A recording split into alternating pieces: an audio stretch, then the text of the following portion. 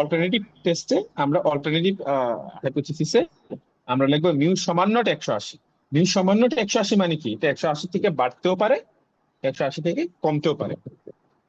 কিন্তু কোশ্চেনটা যদি চেঞ্জের পরিবর্তে লিখতো যে হ্যাজ দ্য পেস ইনক্রিজড, আগে থেকে কি সময় বাড়ছে, তাহলে আমরা লিখতাম মিউ গ্রেটার দেন 180, ওয়ান টেল টেস্ট। যদি কোশ্চেনে লেখা থাকতো হ্যাজ দ্য পেস ডিক্রিজড, তাহলে অল্টারনেটিভ হাইপোথিসিসটা আমরা মিউ সমান নট 180 পরিবর্তে লিখতাম মিউ স্মলার দেন 180, মানে আগের থেকে সময় কমছে।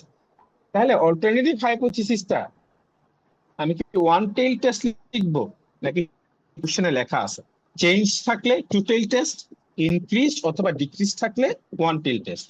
কি ধরনের ওয়ান টেল? ইনক্রিজ হইলে হচ্ছে রাইট টেল, আর ডিক্রিজ হইলে হচ্ছে লেফট টেল। একটু পর্যন্ত কারা বুঝছো?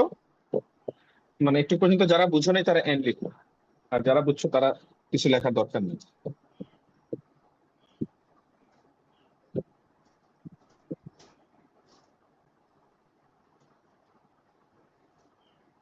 তো যদি না বুঝে থাকো প্লিজ নেন লিখো, আমি আরেকবার বোঝাবো।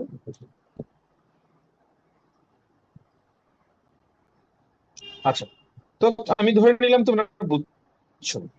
এখন আমরা টেস্ট কিনা, জেড টেস্ট হওয়ার শর্তগুলো, জেড শর্তগুলো কি? দুইটা শর্তের কথা আমি বলছিলাম। কি কি শর্ত? জেড টেস্ট করতে হলে দুইটা কন্ডিশন ফিল আপ করা লাগবে।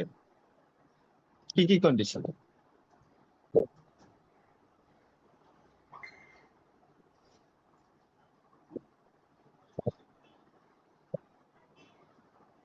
কি কি কন্ডিশন?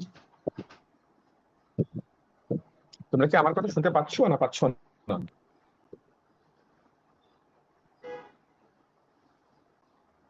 হ্যালো? জি স্যার, শোনা যাচ্ছে। তো শোনা গেলে কথা বলতেছো না কেন তোমরা? যদি মনে না পড়ে বলো স্যার মনে নাই। You have to speak, right?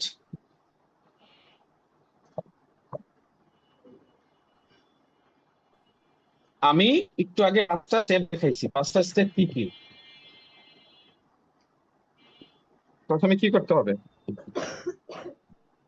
Come on, you guys are not that stupid.